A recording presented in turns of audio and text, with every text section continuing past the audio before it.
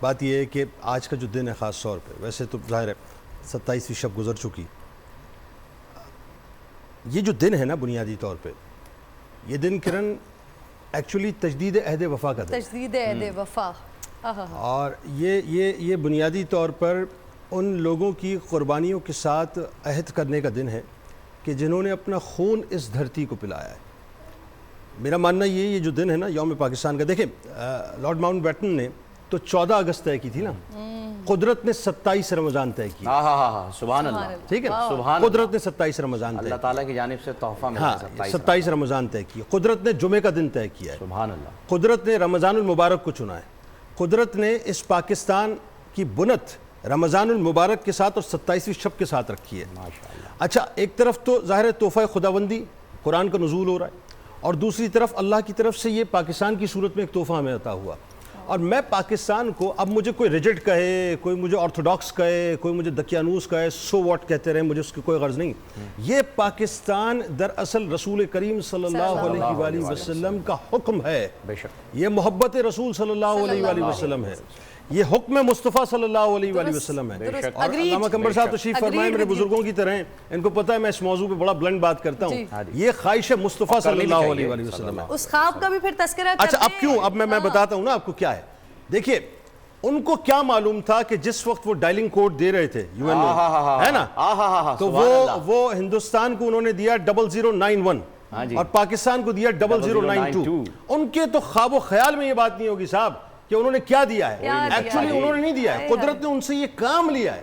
علم العادات کے لوگ اس بات کو جانتے ہیں کہ 92 لفظ محمد کا مخفف ہے، یعنی اس کا مطلب یہ ہے کہ دنیا میں کہیں سے بھی کوئی بھی پاکستان سے رابطہ قائم کرے گا، جب تک رسول اللہ صلی اللہ علیہ وسلم کے نام کا توسل نہیں لگائے گا، پاکستان سے رابطہ نہیں ہو سکتا۔ اچھا، پھر آپ پاکستان کے نقشے کو اٹھا کر دیکھیں نا، آپ ذرا اس کو عشق کی اینک لگا کے دیکھیں، آپ کو کشمیر جو ہے وہ میم کی صورت میں نظر آتا ہے، اور آخر میں سندھ میں جو ہے دال مکمل ہوتا ہے، تو لفظ محمد جو ہے وہ پاکستان کا نقشہ بنیادی طور پر بتلا رہا ہے۔ تو ایکچولی یہ جو پاکستان ہے نا، یہ عطا مصطفیٰ صلی اللہ علیہ وسلم ہے۔ اچھا، مدینہ سے اب آئیے، پاکستان فارسی کا لفظ ہے، پاک استان، سبحان اللہ، عربک میں اس کا جب آپ ترجمہ کرتے ہیں تو بنتا ہے مدینہ طیبہ۔ مدینہ طیبہ، پاک کے معنی پاک اور مطہر، استان کے معنی رہنے کی جگہ شہر، مدینہ کے معنی رہنے کی جگہ اور شہر، طیبہ کے معنی پاک۔ اچھا، ریزیمبلنس آپ دیکھیے، خدا کی عزت و جلال کی قسم، میں یہ بات دعوے کے ساتھ کہہ رہا ہوں، یہ جو کلمہ طیبہ ہے نا، جس کی گرج ایک مسلمان اس کو جب ادا کرتا ہے تو محسوس کرتا ہے، کائنات محسوس کرتی ہے اس کو۔ لا الہ الا اللہ محمد رسول اللہ صلی اللہ علیہ وآلہ وسلم کے نظریے کے اوپر مدینے کے بعد دنیا میں اگر کوئی ریاست قائم ہوئی ہے تو وہ پاکستان قائم ہوا ہے۔ اچھا، میں ایک بات آپ سے عرض کروں، لوگ کہتے ہیں کہ یہ پارٹیشن ہوا، نہیں، غلط جملہ ہے، یہ پارٹیشن نہیں ہوا ہے، یہ پارٹیشن نہیں ہوا ہے، پاکستان کا ظہور ہوا ہے، پاکستان کا ظہور ہوا ہے، یہ ظہور پاکستان کا دن ہے۔ مجھے جملہ بہت ذمہ داری سے ادا کرنے دیجئے، یہ نقشے پر موجود تھا، واضح نہیں کیا تھا، بنت پہلے ہو چکی تھی، اس لیے کہ اسی پاکستان کو بنانے کا مقصد یہ ہے کہ یہیں سے آہستہ آہستہ سلسلہ بڑھ کے غزوہ ہند تک جانا ہے۔ اس پاکستان کو تیار اس لیے کیا گیا ہے صاحب، اس پاکستان کا ظہور ایسے نہیں ہے، یہ اللہ کے رازوں میں سے ایک راز ہے۔ یا آصف علی واصف علیہ رحمہ فرماتے ہیں کہ نور ہے اور نور کو کبھی زوال نہیں ہے۔ مجھے جملہ ادا کرنے دے کہ صوفی برکت علی علیہ رحمہ ایک مجذوب تھے، وہ جنگل و بیابانوں میں گھومتے تھے، فیصل آباد سے تعلق تھا، تو انہوں نے ایک جملہ فرمایا کہ ایک وقت ایسا آئے گا لوگ کہیں گے کہ ایک دیوانہ جنگل کے اندر تنکے چنتا تھا، اور اپنی بڑھ کے اندر یہ کہتا تھا کہ ایک وقت ایسا آئے گا کہ پاکستان کی ہاں میں اقوام عالم کی ہاں ہوگی، پاکستان کی نہ میں اقوام عالم کی نہ ہوگی، اور یہ وہ وقت آ چکا ہے، یہ وہ وقت آ چکا ہے۔ اسی طرح سے اشفاق احمد علیہ رحمہ وہ کیا فرماتے ہیں کہ پاکستان کی مثال صالح علیہ السلام کی اونٹنے کی طرح ہے۔ دیکھیں، جس کسی نے بھی پاکستان سے غداری کی ہے، یہ لکھ کے رکھیں جملہ میرا، جس کسی نے بھی پاکستان کے خلاف زہر اگلا ہے، پاکستان کے خلاف سازشیں کی ہیں، پاکستان سے غداری کی ہے، اس کا نام بھی تاریخ میں نہیں رہا ہے۔ اللہ نے جتنا بڑا مقام دیا ہو، جتنی بڑی طاقت دی ہو، اللہ تعالیٰ نے اس کو صفحہ ہستی سے ایسا مٹایا ہے کہ اس کے نام لینے والے بھی موجود نہیں ہیں۔ پاکستان بنیادی طور پہ اللہ تبارک و تعالیٰ کی طرف سے وہ نعمت ہے کرن، دیکھیں دو قومی نظریہ لوگ کہتے ہیں ایک لکیر ہی تو ہے، ایک لکیر ہی تو ہے، یہ لکیر نہیں ہے، یہ لکیر نہیں ہے، یہ آزادی کی لکیر ہے، یہ قید اور آزادی کے بیچ کا وہ پنجرہ ہے، یہ آزادی کی لکیر ہے۔ یہ بنیادی طور پر آزادی کے ساتھ عبادات کو بجا لانے کی لکیر ہے. یہ بنیادی طور پر اللہ اور اس کے رسول صلی اللہ علیہ وآلہ وسلم کے بارگاہ میں حاضر ہونے کی لکیر ہے. یہ لکیر بنیادی طور پر بتاتی ہے کہ ایک طرف غلامی ہے, دوسری طرف آزادی ہے. اگر اس دو قومی نظریے کو سمجھنا ہے تو صرف اتنا سمجھ لیجئے, شام میں چلے جائیے کہ جہاں پر بچوں کا قتل عام ہو رہا ہے, آزادی کا تصور سمجھ آ جائے گا. چلے جائیے فلسطین کے اندر کہ جہاں بچوں کا قتل عام ہو رہا ہے, آزادی کا تصور سمجھ آ جائے گا. روہنگیا میں چلے جائیے صاحب کہ جہاں پر مسلمانوں کا قتل عام ہو رہا ہے, آزادی کا تصور سمجھ آ جائے گا. کشمیر میں چلے جائیے کہ دنیا کی سب سے بڑی جیل اس وقت بنی ہوئی ہے کہ جہاں پر ہماری ماؤں, ہماری بہنوں, ہماری بیٹیوں کی عصمت دری ہو رہی ہے, جہاں پر نوجوانوں کا قتل عام ہو رہا ہے, جہاں پر بزرگوں کو زندہ پامال کر دیا جاتا ہے. عالم یہ ہے کہ وہاں پر ہندوستان میں سونو نگم جیسا آدمی کھڑے ہو کر یہ کہتا ہے کہ مجھے اذان کی آواز جو ہے بری لگتی ہے, اس کو بند کیا جائے.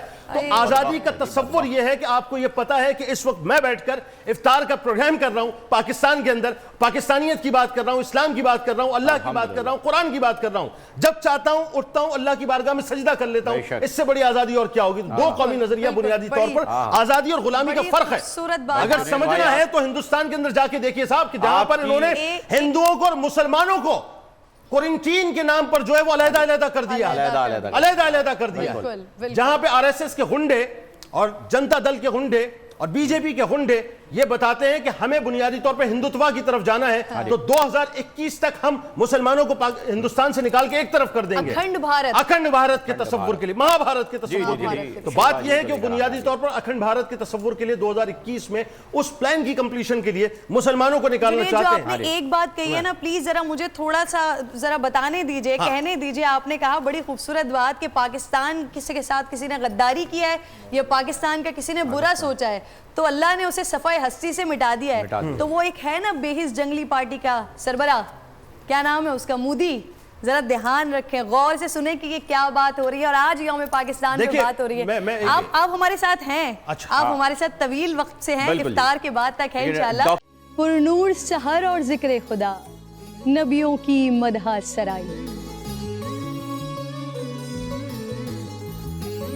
پیغام سنا اے باد صبا, پرکیف صاحب آئی. پوشیدہ ہے ایمان کی راہ اللہ کی کتاب مقدس میں.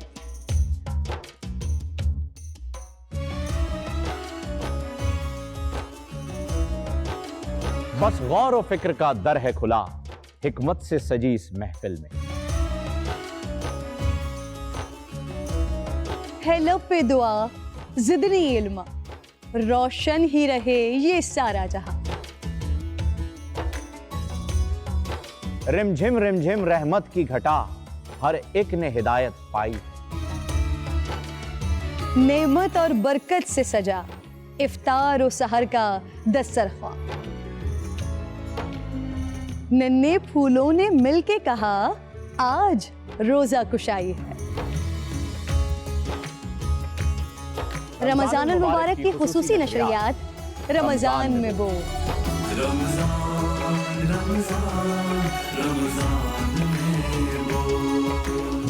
رمضان المبارک کی خصوصی نشریات رمضان میں بول, فہیم خان اور کرن ناز کے ساتھ روزانہ صبح 3 بجے سحر ٹرانسمیشن اور شام 5:30 بجے افطار ٹرانسمیشن, صرف بول انٹرٹینمنٹ پر.